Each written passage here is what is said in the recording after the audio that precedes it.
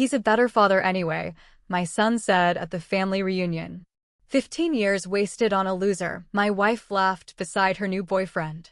I just nodded, checked my watch, and walked out. The next morning, the news broke, and suddenly, everyone understood why I never fought back. They called me a loser. They laughed at me, right to my face, thinking I was completely oblivious. But what they didn't realize was that sometimes, the quietest men are the most dangerous, and their comeuppance was already being meticulously planned. You see, I'm Vincent. 52 years old, and for 2 decades, I'd served my country in military intelligence. I'd built a life most people would kill for, a sprawling home in Northern Virginia, 2 incredible kids in college, and a reputation that commanded respect. One evening, I was just standing in my backyard, nursing a bourbon, watching the sunset over my meticulously landscaped kingdom. Then I heard the laughter. My wife, Dominique, was on the patio, glued to her phone, her face lit up with an intimate smile I hadn't seen directed at me in years. It was the hushed tones, the way her fingers twirled her dark hair. I knew that look. I should go, she whispered, then flinched, ending the call abruptly when she saw me watching. Just Marissa from book club, she said, sliding her phone into her pocket. I just nodded, my face betraying nothing, but inside, a quiet rage was starting to simmer. Marissa from book club. It was the same lie she'd been using for 3 months, and it had worn thin weeks ago. The late nights, the sudden new clothes, the renewed interest in fitness, and that unfamiliar cologne that sometimes clung to her. Our 25-year marriage had weathered so much, my deployments, the stress of raising our kids, Noah and Sophia, and the challenge of transitioning to civilian life. But this was different. I knew the landscape of deception better than anyone. My career had been built on identifying falsehoods and extracting truths. A few minutes later, I mentioned Noah had called, excited about bringing his new girlfriend to the family reunion next month. Dominique's interest seemed genuine. Noah, 22 and in his final year of university, had always been closer to his mother. Sophia, my brilliant 24-year-old daughter, was Daddy's girl, observant, perceptive, fiercely loyal. She was still in Europe with her research team, likely unable to make the reunion. That night, as Dominique slept beside me, I lay awake.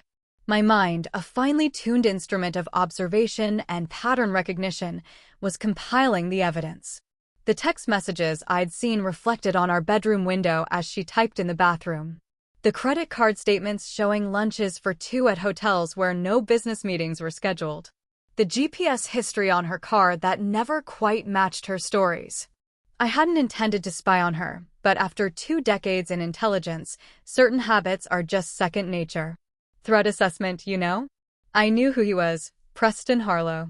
48, recently divorced, a pharmaceutical sales executive she'd met at a charity gala 6 months ago. Preston, with his Italian suits and Mediterranean yacht photos. Preston, who'd never served his country, never known true sacrifice. Preston, who was now enjoying the fruits of my labor. I closed my eyes, not in defeat, but in cold, hard calculation. There would be no confrontation, no desperate pleas, no marriage counseling. That wasn't my way.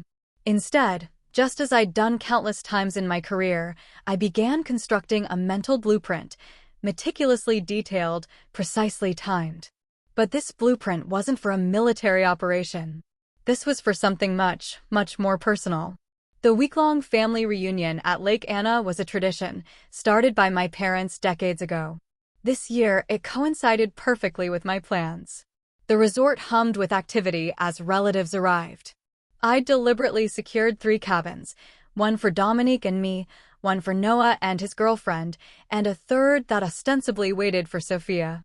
From the deck of the main lodge, I watched Preston's silver BMW pull into the parking area. Right on schedule. Dominique had claimed she needed to drive separately due to errands. The reunion was the perfect cover. Her lover could easily blend in among distant relatives and family friends. Vincent, how long has it been? Preston approached with practiced confidence, extending his hand. We shook, his grip firm.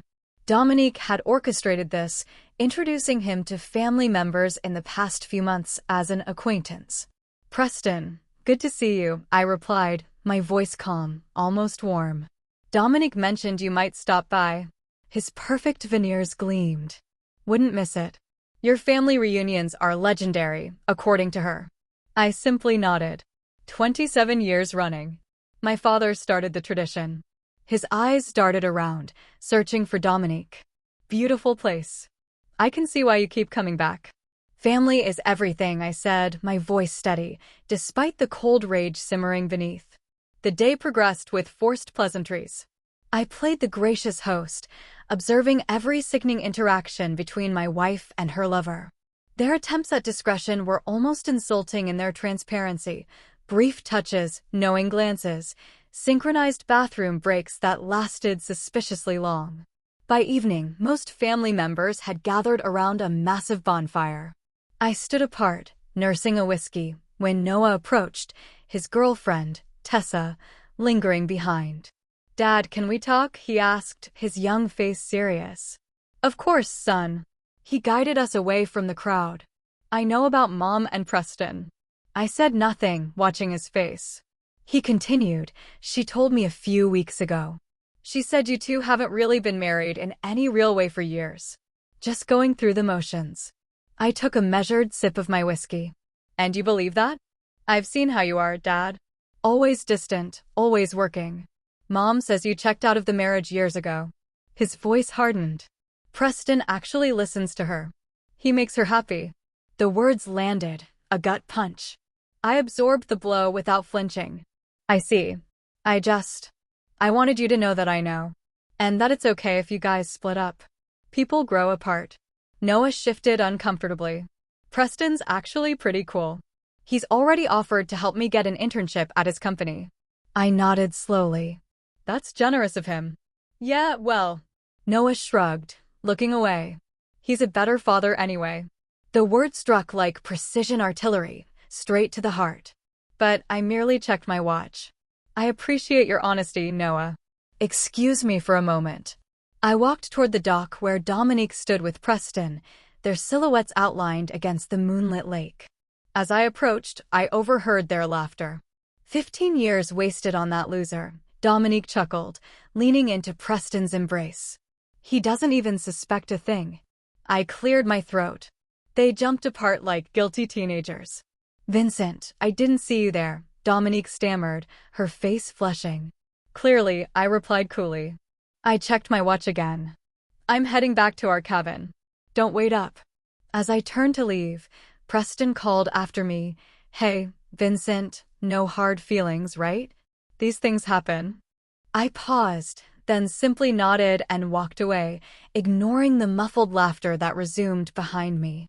Instead of returning to the cabin, I walked to my SUV and drove away from the resort.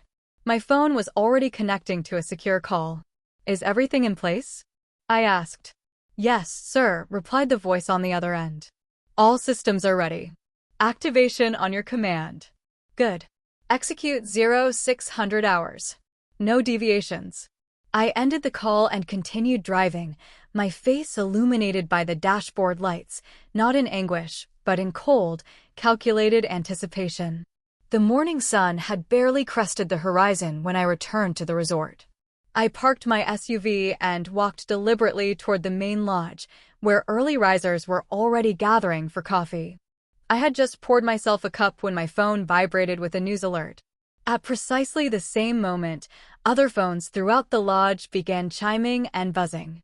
I watched passively as people's expressions morphed from sleepy indifference to shock. "Oh my God," gasped an elderly aunt, staring at her screen. "Preston Harlow is a terrorist." "What?" someone else exclaimed, gathering around her phone. I sipped my coffee and observed as the news spread like wildfire. Headlines screamed across every screen. Breaking: Pharmaceutical executive Preston Harlow linked to bioweapon development. Top secret documents reveal Harlow Pharmaceuticals tested illegal compounds on unwitting patients. FBI raids Harlow residences and corporate headquarters. Accompanying the headlines were photos of Preston being led away in handcuffs from a location that, to the untrained eye, appeared recent. In reality, these were carefully doctored images created by former colleagues still indebted to me.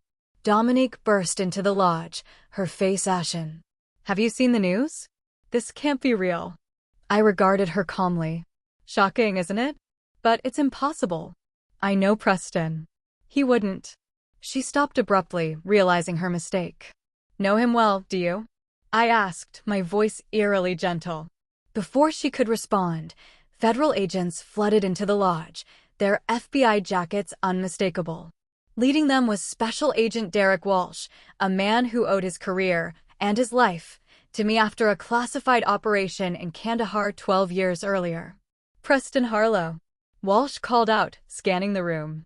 All eyes turned to the entrance where Preston stood frozen, having just arrived from his cabin, his face drained of color as he registered the agents and the situation unfolding. "Preston Harlow, you're under arrest for conspiracy against the United States, illegal weapons development, and treason," Walsh announced, advancing toward him. "This is insane. I've done nothing wrong." Preston protested as agents surrounded him. "Vincent, tell them this is a mistake." I merely sipped my coffee, watching as Preston's gaze shifted from pleading to dawning comprehension. "You," Preston whispered. "You did this." I remained silent as the agents handcuffed Preston and began reading him his rights. "How could you?" Dominique hissed at me, her eyes wild with panic. "What have you done?" "Me?" I replied softly. "I've simply been a dedicated civil servant all my life. I report threats when I see them." I nodded toward Agent Walsh, who was now approaching Dominique. "Mrs. Reynolds, we have some questions about your relationship with Mr. Harlow," Walsh stated professionally. "We've discovered numerous communications between you suggesting you may have been aware of his activities." "That's ridiculous. I knew nothing about any of this," Dominique protested. "The evidence suggests otherwise," Walsh replied. "We'll need you to come with us for questioning." As agents escorted both Dominique and Preston out, Noah pushed through the crowd, his expression a mixture of confusion and betrayal. "Dad, what the hell is happening?" he demanded. I placed my coffee cup down carefully. "It appears your mother and her boyfriend have been involved in something very dangerous." "Noah, I'm as shocked as you are." "This is bullshit. You did something, didn't you?" Noah accused, his voice cracking. I met his gaze steadily. "I've spent my life protecting this country from threats, son. That's all I've ever done." As Noah stormed off, my phone vibrated with a text from Sophia, Phase 1 complete. "Arriving tonight for Phase 2. Well done, Dad." I allowed myself the briefest smile before composing my features into an appropriate mask of concern and confusion. The family chaos provided perfect cover as I slipped away to prepare for what would come next. This was merely the beginning. 3 days after the arrests, I sat across from Noah in a quiet corner of a Washington, D.C. cafe. He looked haggard, his eyes shadowed from sleepless nights spent watching his mother and Preston being vilified across every news outlet. "The evidence is fabricated," Noah stated flatly, pushing away his untouched coffee. "I've spoken to Mom's lawyer. They can't find any actual links between Preston's company and these supposed bioweapons." I nodded thoughtfully. "That's good news then. If they're innocent, the truth will come out." "Cut the crap, Dad," Noah snapped. "You're behind this. I don't know how, but this has your fingerprints all over it." I studied my son, recognizing the intelligence that had always made him exceptional. "Why would I do something like that?" "Revenge," Noah replied without hesitation. "Mom cheated on you, so you're destroying her life and Preston's." "It's sick." "An interesting theory," I conceded. "But consider this, if I had the power to orchestrate something of this magnitude, what does that tell you about the man you've dismissed as a loser who checked out of his marriage?" Noah fell silent, confusion crossing his features. "Did your mother ever tell you what I actually did during those years I was distant and always working?" I asked quietly. "Government security consultant?" Noah answered automatically. I smiled thinly. A convenient title. "Tell me, what do you know about Preston beyond his sales job and his yacht?" "He's successful. He cares about Mom." "Did you know he was investigated 3 years ago for selling pharmaceutical secrets to foreign entities?" I interrupted, sliding a file across the table. Or that his company has been quietly acquiring small biotech firms specializing in weaponized pathogens? Noah stared at the file but didn't touch it. If that's true, why wasn't he arrested before? Powerful friends, money in the right pockets, I shrugged. The system isn't perfect. So, what are you saying? That mom accidentally fell in love with an actual criminal. I leaned forward. I'm saying perhaps I was absent from family dinners because I was protecting our country from people exactly like Preston Harlow. And perhaps your mother's infidelity simply provided the motivation to look more closely at a man I already had concerns about. Noah's hands trembled slightly as he finally opened the file, scanning documents bearing authentic government seals and classifications. This doesn't justify framing them, he insisted, but with less conviction. I haven't framed anyone, Noah.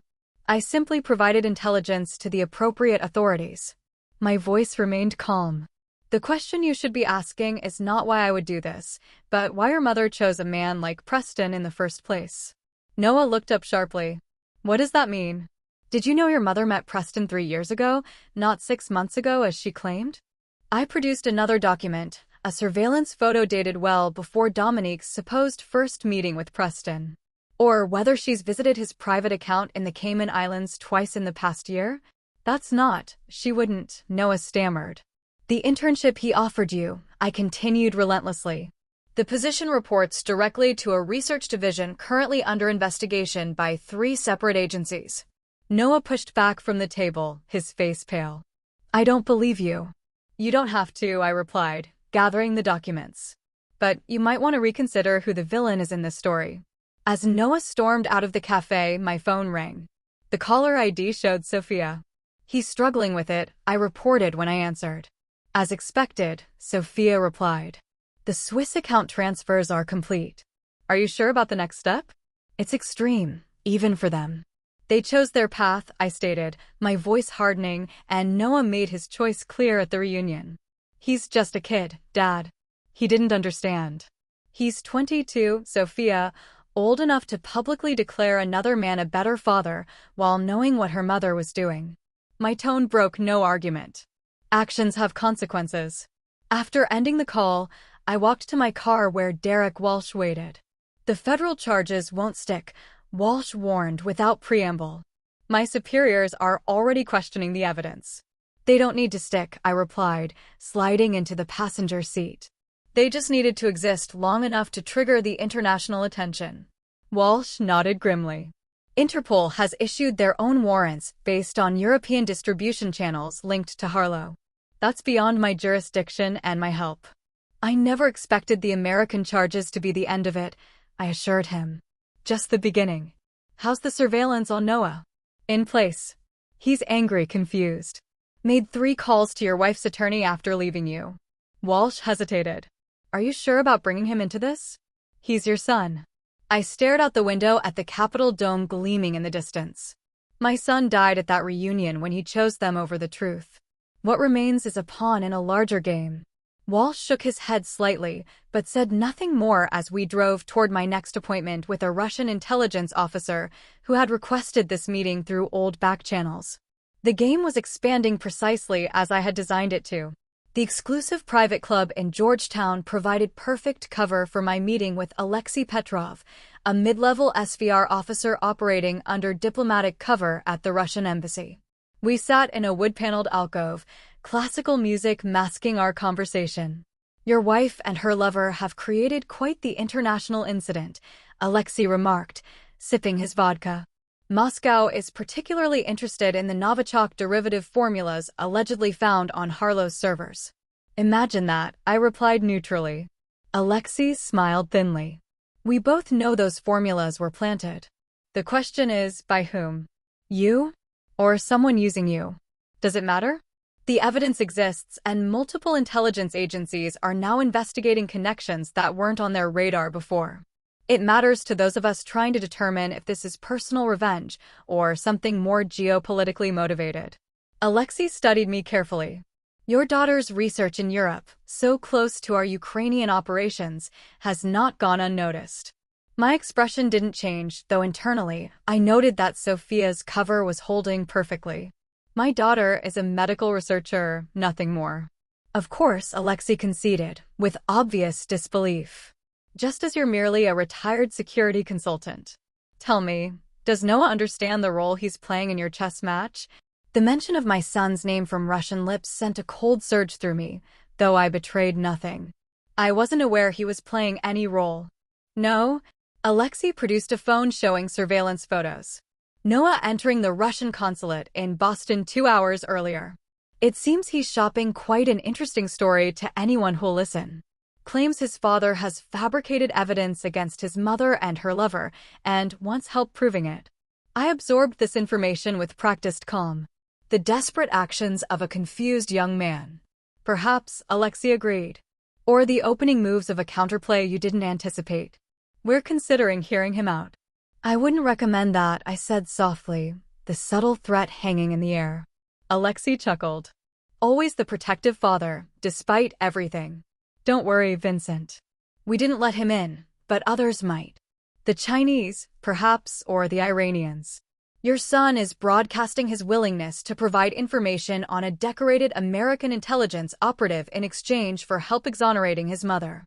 That makes him valuable, I added. And dangerous, Alexei finished his drink. Dominique has been moved to a secure facility pending additional questioning. Diplomatic pressure from 3 countries has escalated her case beyond standard channels. This was news to me. Which countries? Germany, France, and, surprisingly, Japan. All places where Harlow Pharmaceuticals has subsidiaries currently under inspection. Alexei stood to leave.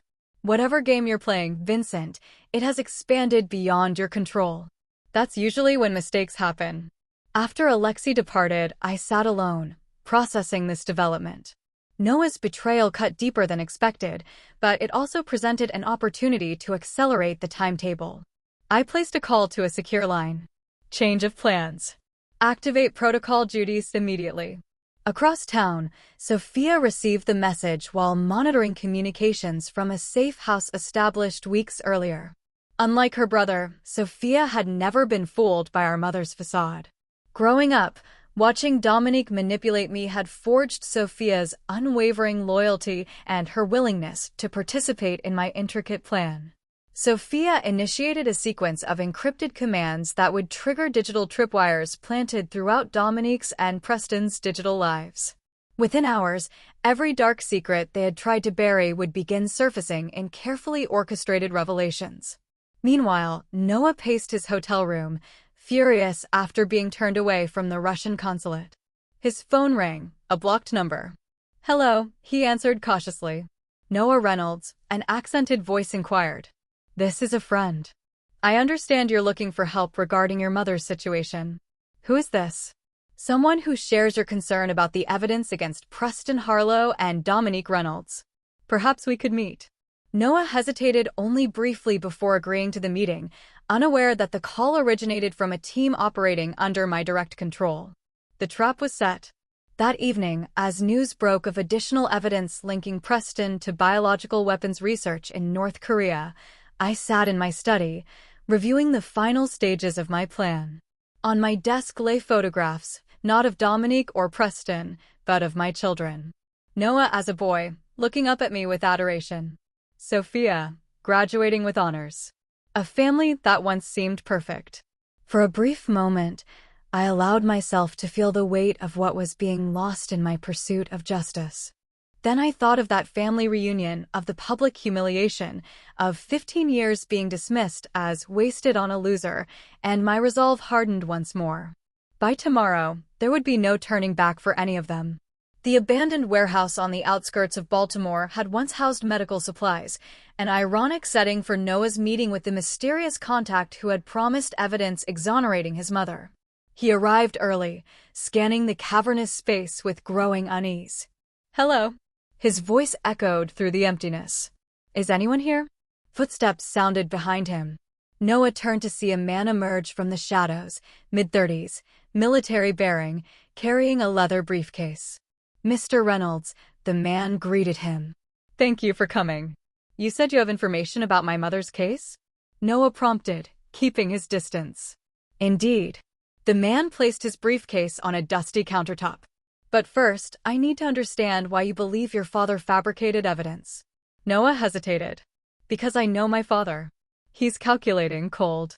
He found out my mom was having an affair, and instead of confronting it like a normal person, he did this. Interesting. The man nodded thoughtfully. And you believe your father possesses the capability to frame two innocent people so thoroughly that multiple intelligence agencies are involved? He worked in government intelligence for decades. Noah replied. He has connections. Impressive for a man you described to others as a loser, the man observed, his tone hardening slightly. Noah froze, the implications sinking in. Wait, who are you really?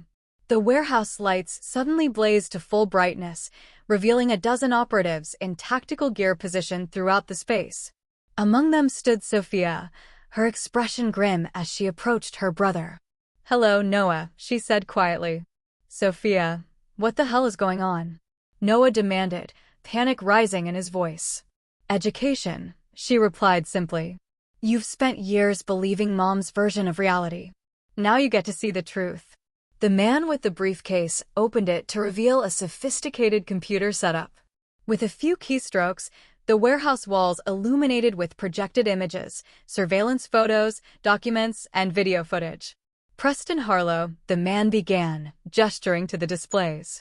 Former Naval Intelligence Officer, dishonorably discharged in 2007 for selling classified information. Reinvented himself in the pharmaceutical industry, using contacts from his military days. That's not. Noah started to protest.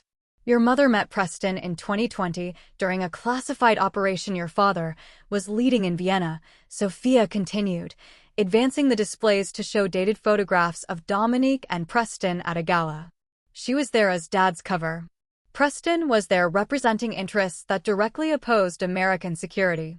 Noah shook his head in disbelief. Mom isn't a spy. She's an interior designer. Mom is whatever she needs to be, Sophia corrected him. Interior designer, loving wife, spy. Did you never wonder how her small design firm could afford her lifestyle? How she always seemed to travel to the same cities where Dad had operations. The displays changed to financial records showing millions flowing through accounts in Dominique's name. Your mother has been selling information from Dad's operations for years, Sophia stated flatly. At first for a fun lifestyle, later because she developed ideological sympathies with Preston's employers. This is insane, Noah whispered, backing away. Dad put you up to this. This is all part of his revenge. Is this revenge too? The man activated a final display showing Noah himself, meeting with Preston at his company headquarters months before the family reunion. You were being recruited, Noah. Not for an internship, but as an asset. Leveraging your resentment toward your father to gain access to his knowledge. Noah stared at the footage in horror, recognizing the meeting, but seeing it through an entirely different lens. I didn't know. I thought it was just about an internship. You didn't want to know, Sophia corrected him. You were so eager to believe Dad was the villain that you never questioned why Preston Harlow, a pharmaceutical executive you barely knew, would take such interest in a college student with no experience in his field. Noah sank onto a nearby crate, his world collapsing around him. Where's Dad now? Completing what he started, Sophia answered. The question is, which side are you on, Noah? Because after tonight, there's no middle ground left. Across the city, I sat opposite Dominique in a sterile interview room within a federal detention facility. She looked haggard, her designer clothes exchanged for a standard-issue jumpsuit, her makeup-free face showing every one of her 50 years. I always knew you were vindictive, Vincent, but this. Dominique gestured at their surroundings. Treason charges, international warrants, all because I fell in love with someone else. Is that what you think this is about? I asked mildly. What else? You couldn't stand being left, so you fabricated this fantasy that Preston and I are criminals. She leaned forward, dropping her voice. The lawyers say none of it will stick. You've overplayed your hand. I smiled slightly. Did Preston ever tell you about his time at B-grade? Or his special arrangement with the North Korean pharmaceutical program? Dominique's expression flickered briefly. More lies.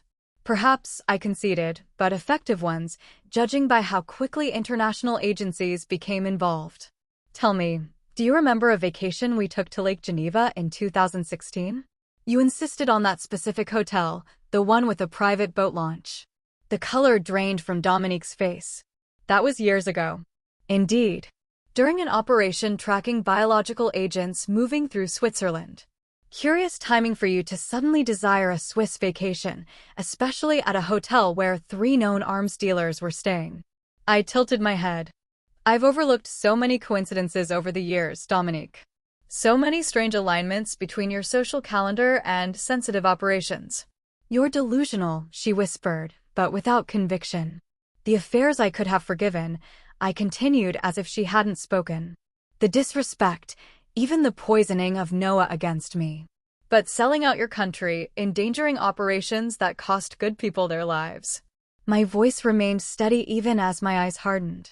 That's unforgivable. I want my lawyer. Dominique demanded, standing abruptly. By all means, I agreed, also rising. Though you might want to wait until tomorrow. Tonight, Interpol is executing search warrants on 17 properties connected to you and Preston across 9 countries. Whatever they find will significantly impact your legal strategy. As I turned to leave, Dominique called after me. You won't win this, Vincent. You've never understood how many friends I have. How many people would choose me over you? Noah already has. I paused at the door. About Noah, you might be surprised by his current perspective. Family reunions can be so enlightening. The look of uncertainty that crossed Dominique's face was all the confirmation I needed. The seeds of doubt had been planted. As I exited the facility, my phone vibrated with a message from Sophia. Noah's in Operation Severance is go. I allowed myself a genuine smile for the first time in months as I texted back a single word, execute. 3 weeks after Dominique's arrest, international news outlets exploded with a new revelation. Comprehensive evidence had emerged showing Preston Harlow's pharmaceutical empire was built on stolen research, much of it from classified military medical programs. More damning still were documented connections to bioweapon programs in multiple countries. All trails led back to companies where Dominique Reynolds served as a silent partner or consultant. I watched the coverage from a secure facility in Northern Virginia, surrounded by monitors displaying real-time reactions across global intelligence communities. Beside me sat Noah, still shell-shocked from his rapid education in his family's true history, but determined to make amends for his blind loyalty to his mother. They're saying Mom could face the death penalty, Noah said quietly, staring at news tickers scrolling across one screen. That's unlikely, I replied. She'll be offered a deal in exchange for information on Preston's network. Will she take it? Noah asked. I considered the question. No. Her ego won't allow her to implicate herself, even to save her own life. She still believes her connections will protect her. Noah shook his head in disbelief. How did I never see any of this growing up? Your mother is exceptional at compartmentalization, I explained. And I deliberately kept both you and Sophia insulated from my work. Not Sophia, Noah corrected me. She's been working with you for years, hasn't she? I nodded, pride evident in my expression. Since college. Her medical research position is genuine, but also provides excellent cover for intelligence gathering. The door opened and Sophia entered, carrying several tablets. It's done, she announced. Preston's lawyer just received the evidence package. He's already called 3 times requesting a meeting. And the offshore accounts? I asked. Frozen. All 15 of them, Sophia confirmed. The London and Zurich properties have been seized. Mom's design firm is being raided as we speak. I turned to Noah. Are you still certain you want to proceed with your part? Noah squared his shoulders. Yes, I need to make this right. Hours later, Noah sat across from his mother in the same interview room I had used. Dominique brightened at the sight of her son, reaching for his hands across the table. Noah, thank God. Have you spoken to the lawyers? This nightmare. I know everything, Mom, Noah interrupted, pulling his hands back. About you and Preston. About what you've been doing all these years. Dominique's expression hardened. Your father got to you. No, Mom. The truth got to me. Noah placed a document on the table, a sworn affidavit. I'm testifying against you and Preston.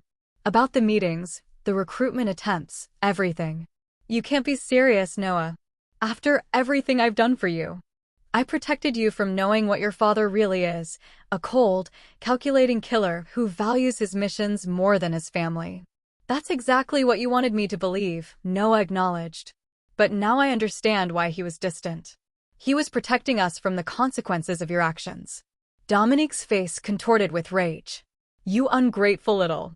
Save it, Mom, Noah cut her off, rising. The prosecutors have offered me immunity in exchange for my testimony. I suggest you consider a similar arrangement while it's still available. As he turned to leave, Dominique called after him. He'll discard you too, Noah. Vincent doesn't forgive betrayal ever. Ask him about Cairo if you don't believe me. Noah paused at the door. Already know about Cairo, Mom. The difference is I'm owning my mistakes. You're still denying yours. Across town, I met with Preston's attorney in an upscale law office. The lawyer, sweating despite the powerful air conditioning, pushed a proposal across the polished table. My client is willing to provide complete details on Mrs. Reynolds' involvement in exchange for considerations regarding his sentencing, the attorney explained. I reviewed the document dispassionately. Your client seems to be under the impression that this is a negotiation. Mr. Reynolds, surely you understand the value of Mr. Harlow's cooperation, the lawyer pressed. He could provide names, dates, account numbers, everything your wife did while using his business as cover. Interesting that 48 hours ago, Mr. Harlow was proclaiming both his and my wife's complete innocence, I observed. Quite the reversal. The lawyer shifted uncomfortably. New evidence has created new perspectives. Indeed. I slid the proposal back untouched. Please inform Mr. Harlow that his offer is declined. The evidence against both him and my wife is more than sufficient without his cooperation. But the lawyer sputtered. Also, I continued as if the man hadn't spoken, inform him that additional information regarding his activities in Damascus in 2018 will be provided to prosecutors tomorrow morning. He might want to adjust his legal strategy accordingly. The color drained from the lawyer's face. Damascus? There's nothing in the current charges about Damascus. Not yet, I agreed, standing to leave. Give Mr. Harlow my regards. That evening, I convened with my team, trusted former colleagues, intelligence operatives who owed me their lives or careers, and my children. The conference room wall displayed a complex flowchart of operations spanning 2 decades. We've dismantled their financial resources, Sophia reported. Every account we know about has been frozen or seized. Their social capital is equally compromised, added Alan Merritt, a former CIA deputy director. Preston's political connections have all distanced themselves. Dominique's influential friends have gone silent. What about the unknown factors? I asked. Dominique's reference to friends suggests contingencies we haven't identified. We've been monitoring all communications, Noah offered, now fully integrated into the team. Nothing unusual has been detected. I nodded thoughtfully. Then we proceed to the final phase. Sophia, initiate protocol severance. As the team dispersed to execute their assignments, I stood alone before the flowchart, studying the intricate connections I had spent weeks mapping and was now systematically destroying. Each node represented a relationship, an asset, a protection that Dominique and Preston had cultivated over years. One by one, the nodes on the display began changing from green to red as my team executed protocol severance, the complete and irreversible isolation of the targets from every resource and relationship they had ever established. By morning, Preston Harlow and Dominique Reynolds would stand entirely alone against the full force of international justice, precisely as I had planned from the moment I had walked away from that family reunion 3 months earlier.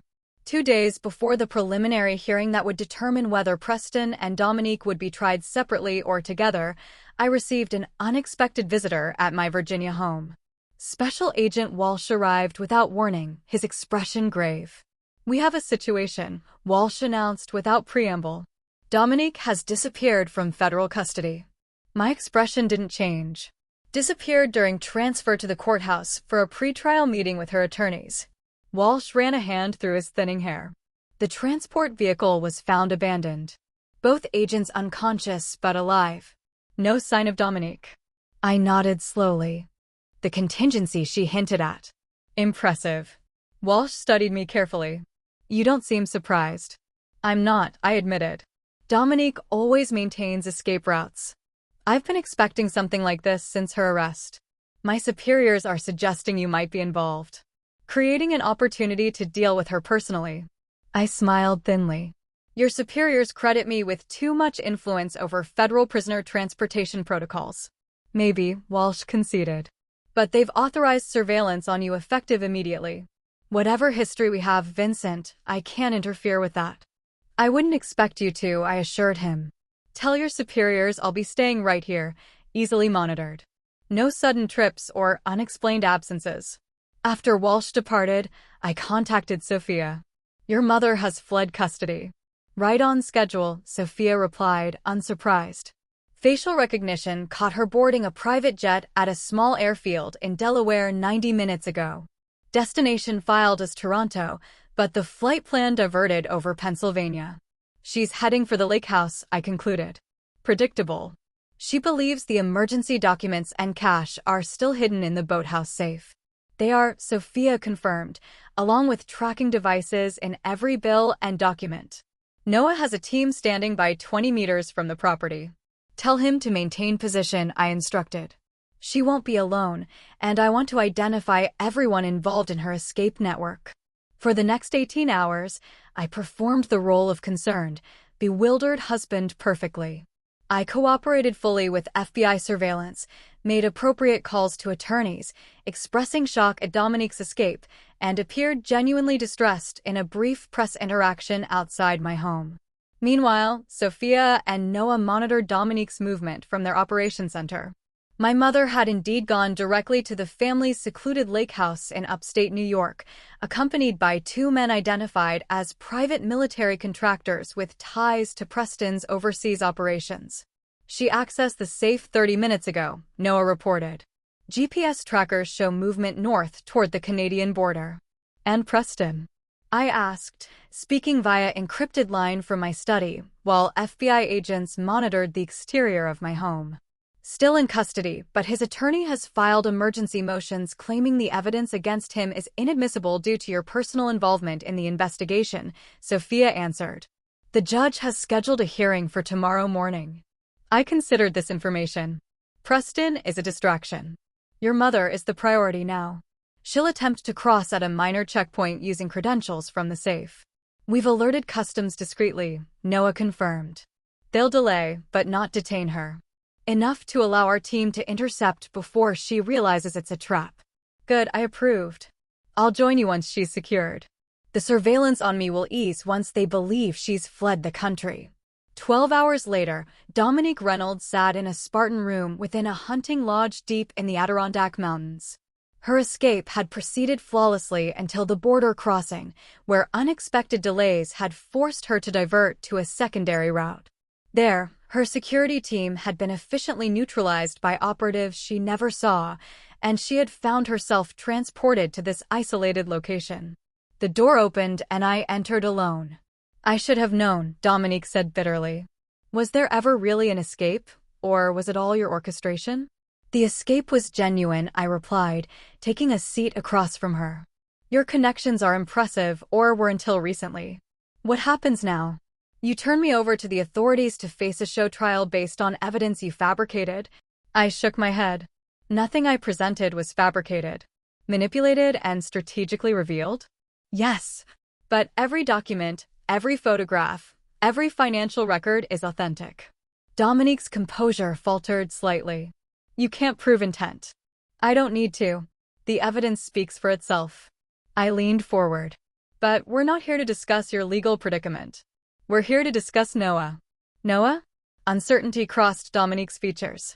What about him? He's made his choice to testify against you, which places him at considerable risk from your remaining allies. My voice hardened. I want the names of everyone in your network who might consider him a liability. Dominique laughed incredulously. You expect me to help you protect the son who betrayed me?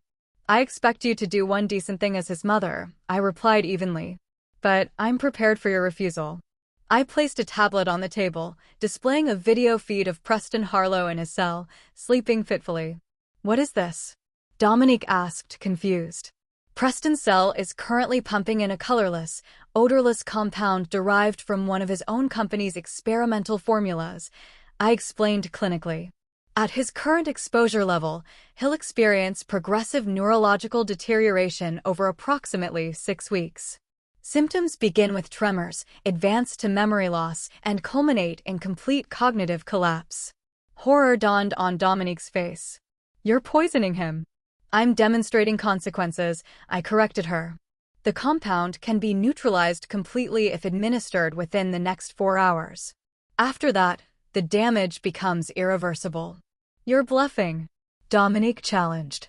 You don't have access to a cell's ventilation system. I simply raised an eyebrow. The same way I didn't have the capability to frame 2 innocent people for international crimes. Dominique stared at the screen, watching Preston twitch in his sleep, the first subtle sign of the compound taking effect. The name's Dominique, I prompted. Every contact who might target Noah. In exchange, Preston receives the antidote. And if I refuse? Then I return you to federal custody, and nature takes its course with Preston. My voice was devoid of emotion. Your choice. Dominique's eyes darted between me and the screen, calculation and fear warring in her expression. Finally, resignation settled over her features. There's a ledger, she said quietly. Hidden compartment in my desk at the design firm. Names, contacts, payment records, everything. I nodded. Sophia will verify that information immediately. If it's accurate and complete, Preston receives treatment for an unexpected reaction to his medication. If not, I let the implication hang in the air.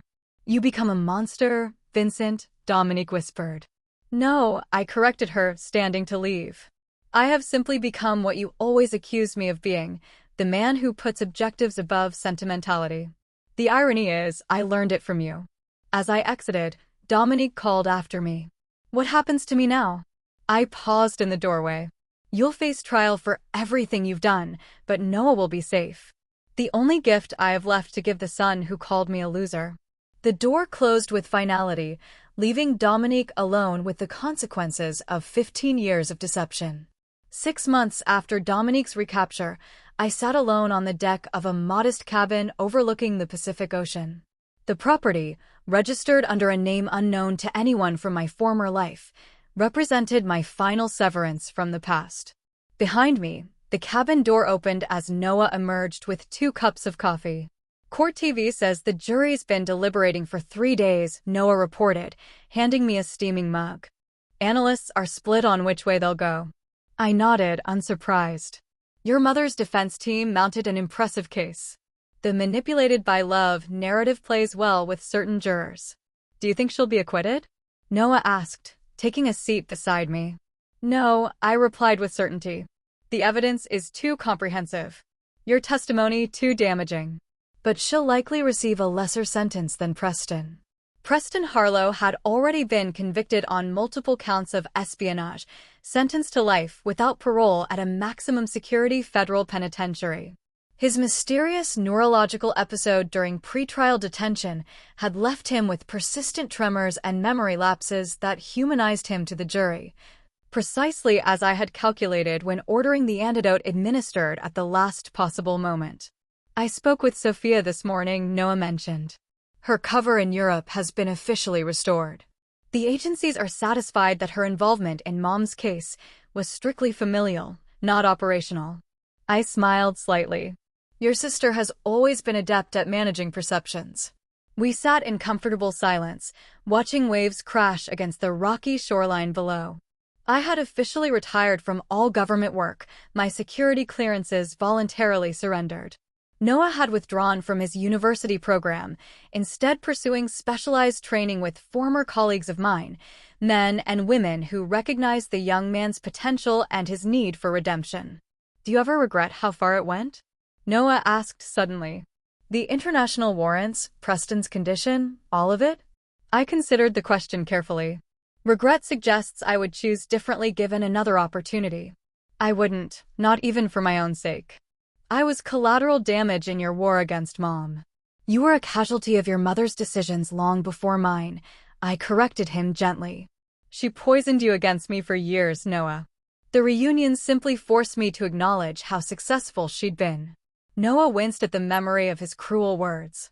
I'm sorry for what I said that night about Preston being a better father. You believed it at the time, I observed without rancor. Your mother is exceptionally persuasive. Still, Noah insisted. I should have seen through her manipulation. Perhaps I allowed, but you've more than compensated through your testimony and subsequent choices. My phone vibrated with a news alert. I checked the screen, my expression unchanged as I read the notification. The verdict? Noah asked.